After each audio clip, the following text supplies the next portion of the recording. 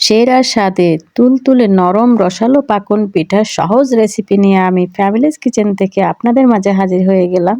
আসসালামু আলাইকুম ভিউয়ার্স, সবাই কেমন আছেন? আশা করি আল্লাহর রহমতে সবাই ভালো আছেন। তো প্রথমেই আমি এখানে এক বাটি নারকেল কোড়া নিয়েছি, আর এক বাটি নারকেলের জন্য এখানে এক বাটি পানি নিয়েছি।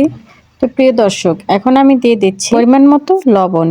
পিঠা নাস্তা তৈরিতে যে কোনো মিষ্টি জাতীয় খাবারের সাথে সামান্য একটু লবণ দিলে খাবারের টেস্টটা বেড়ে যায়। তো আমি এখন ভালো করে নেড়ে দিয়ে ঢেকে দিলাম, বলক আসা পর্যন্ত ওয়েট করছি। বলক এসে গেলে আমি এখন ভালো করে আরও একটু নেড়ে দেব। পানিটা নারকেলের সাথে ভালোভাবে মিশিয়ে নেড়ে দিচ্ছি। আর এখানে পরিমাণ যদি ঠিক থাকে তাহলে আপনার পিঠাটা তৈরির সময় একদম পারফেক্ট পিঠা তৈরি করে ফেলতে পারবেন। আমি এখানে 1.5 বাটি আটা দিয়ে দিলাম। আপনারা চাইলে ময়দাও এখানে ইউজ করতে পারেন। আজকে আমি আটা দিয়েই সহজভাবে রেসিপিটি তৈরি করে আপনাদের সাথে শেয়ার করব। আমি আবারও বলে দিচ্ছি প্রিয় দর্শক, এখানে কিন্তু আমি 1 বাটি পানি আর তার সাথে 1 বাটি নারকেল আর 1.5 বাটি কিন্তু আটা দিয়ে দিয়েছিলাম। তো আপনাদেরও হয়তো সামান্য একটু কম বেশি লাগতে পারে। তো আমি মিডিয়াম টু লো এর মাঝামাঝি রেখে ঢেকে রেখেছিলাম 5 থেকে 7 মিনিট। এখন আমি লো করে দিয়েছি, আর লো করে ভালো করে নেড়ে মিশিয়ে দেব। আটাটা মনে হচ্ছে আমার একদমই পারফেক্ট সেদ্ধ হয়ে গেছে। তো আমি এখন চুলাটা অফ করে আবার একটু ঢেকে রাখলাম 2 মিনিটের জন্য। এখন কিন্তু আমার চুলাটা বন্ধ আছে, আমি বন্ধ অবস্থায় ঢেকে রেখেছিলাম।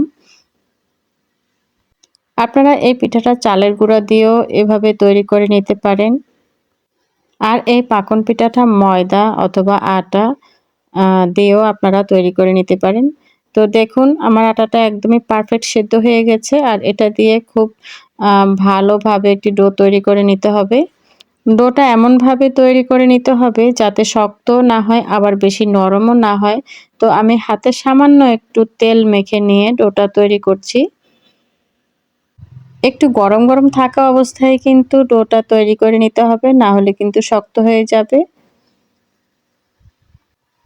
তো এখন আমি রুটির বেলার জন্য যে আমরা যে লেচি কেটে নেই, সেই লেচির মতো ছোট ছোট করে কেটে নিচ্ছি। আর এখানে পিঠা বানানোর ছাঁচ নিয়ে নিয়েছি, আর এই ছাঁচে কিন্তু আমি সামান্য তেল মেখে নিয়েছিলাম। তো দেখুন এভাবে ছাঁচে দিয়েও খুব তাড়াতাড়ি আপনারা পিঠা তৈরি করে নিতে পারেন। আর এখানে আমি আরও একটি পদ্ধতি আপনাদেরকে দেখিয়ে দিচ্ছি, খুব সহজ পদ্ধতি। এটা আমি একটু বেলে নিচ্ছি, তবে হ্যাঁ, এটা কিন্তু একটু মোটা করে বেলে নিয়েছি, দেখতেই পাচ্ছেন প্রিয় দর্শক। তো একটি ছুরির সাহায্যে আমি এভাবে কেটে কেটে নিচ্ছি। আমার কাছে কিন্তু পিঠা বানানোর সাজ থেকে এভাবে হাতে কেটে নিয়ে নিজের ইচ্ছে মতো ডিজাইন করতে খুবই ভালো লাগে।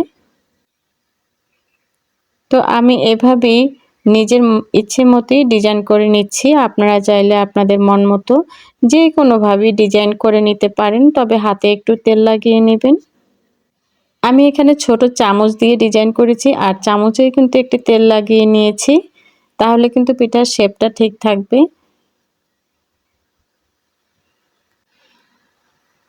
কতটা সহজ তাই না প্রিয় দর্শক? নিজের মনের ইচ্ছে মতো ডিজাইন করে নেওয়া যায়। যদি আপনারা নিজেদের হাতে ডিজাইন করে নিতে চান তাহলে সেই পিঠাটি দেখতেও কিন্তু বেশি ভালো লাগে। তো আমি আপনাদের সাথে আরও একটি পদ্ধতি শেয়ার করছি। আমার ছোট ছেলের ছোট একটি স্টিলের গ্লাস ছিল, আর সেই গ্লাস দিয়ে আমি এভাবে কেটে কেটে নিচ্ছি গোল গোল করে শেপ দিয়ে। আপনারা যদি এভাবে গোল গোল করে কেটে নেন, এরপর আপনি এর মধ্যে বিভিন্নভাবে আপনার মনের ইচ্ছে মতো আপনি ডিজাইন করে নিতে পারবেন। কি সুন্দর হয়েছে ডিজাইনটা, তাই না? আপনার একদম ইচ্ছে মতোই আপনি ডিজাইনটা করে নিতে পারবেন, আর খুব ইজিভাবেই ডিজাইনগুলি করা যায়। তো আমার এভাবে সবগুলো পিঠা আমি তৈরি করে নিয়েছি, এখন ভেজে নেব। পিঠা বানানোর আগে যতটা ঝামেলা মনে করেছিলাম, আমার কাছে কিন্তু একদমই ঝামেলা মনে হয়নি। তাই এই সহজ রেসিপিটি আপনাদের সাথে শেয়ার করলাম, আর সহজভাবেই আপনাদের সাথে শেয়ার করে দেখিয়ে দিলাম। এই পিঠাটি বানাতে এতটা সহজ এবং এতটা ইজি, আপনি যদি একবার ঘরে এভাবে তৈরি করে খান তাহলে কিন্তু বারবার মন চাইবে এই রসালো পাকুন পিঠাটি বানিয়ে নিতে। প্রিয় দর্শক, আমি এখন পিঠাগুলোর জন্য শিরা তৈরি করে নেব। এর জন্য আমি এখানে চিনি দিয়েছি 1 কাপ, আর এই 1 কাপ চিনিতে আমি 1/2 কাপ পানি দেব। শিরাটা এমনভাবে তৈরি করব যাতে বেশি ঘনও না হয়, আবার যাতে পাতলাও না হয়। তো আমি এখানে 2-3 টুকরো দারচিনি আর 2টো এলাচ আর তেজপাতা দিয়ে দিচ্ছি। সুন্দর একটা ফ্লেভার আসবে পিঠা থেকে। সবকিছু দিয়ে একটু ভালো করে নেড়ে দেব। প্রিয় দর্শক, এখানে আপনাদেরকে একটা কথা বলে রাখি, আপনারা যদি গরম গরম পিঠাটা একদম বলক আসা শিরার মধ্যে দেন তাহলে কিন্তু পিঠাটা নষ্ট হয়ে যাবে, গলে যাবে, তখন আর পিঠাটা সুন্দর থাকবে না। তো যদি আপনার পিঠাটা গরম হয়ে থাকে তাহলে একটু ঠান্ডা করে তারপরে শিরার মধ্যে দিয়ে দিবেন। শিরা আর পিঠা দুটোই যদি গরম অবস্থায় থাকে তাহলে কিন্তু পিঠা একদমই নষ্ট হয়ে যাবে, একদম গলে গলে যাবে, দেখতেও ভালো লাগবে না, খেতেও ভালো লাগবে না।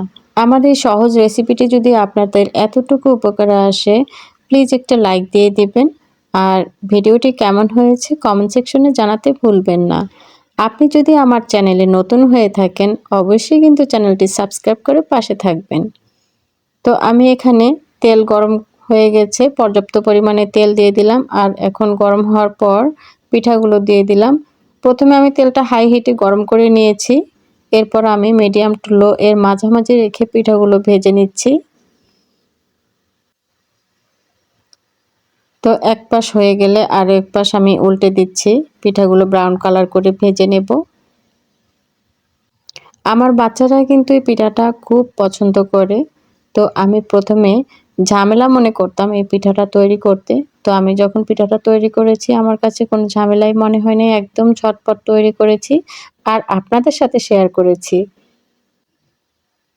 তো পিঠাগুলো আমার ভাজা হয়ে গেছে। আমি এভাবে সবগুলো পিঠা ভেজে নিয়েছি। এরপর আমি ঠান্ডা শিরার মধ্যে দিয়ে দিলাম। আমার শিরাটা হয়ে গেছে। তখন আমি চুলাটা অফ করে রেখেছিলাম। একটু কুসুম কুসুম গরম আছে শিরাটা, এতে কোনো প্রবলেম নেই। তো যাই হোক, আমি পিঠাগুলো এখন দিয়ে দিলাম শিরার মধ্যে। এই রসালো পাকন পিঠাটি এই শীতে একদম জমে যাবে। অতিথি আপ্যায়নে বা বিকেলের স্ন্যাক্সে কিন্তু আপনি অনায়াসেই এই সহজ রেসিপিটি করে নিতে পারেন। তো পিঠাটা এতক্ষণে ভিতরে রস ঢুকে গেছে, একটু সময় লাগে নাই। তো সবাই অনেক বেশি ভালো থাকবেন। আমারও আমার পরিবারের জন্য দোয়া করবেন। আল্লাহ হাফেজ। আসসালামু আলাইকুম।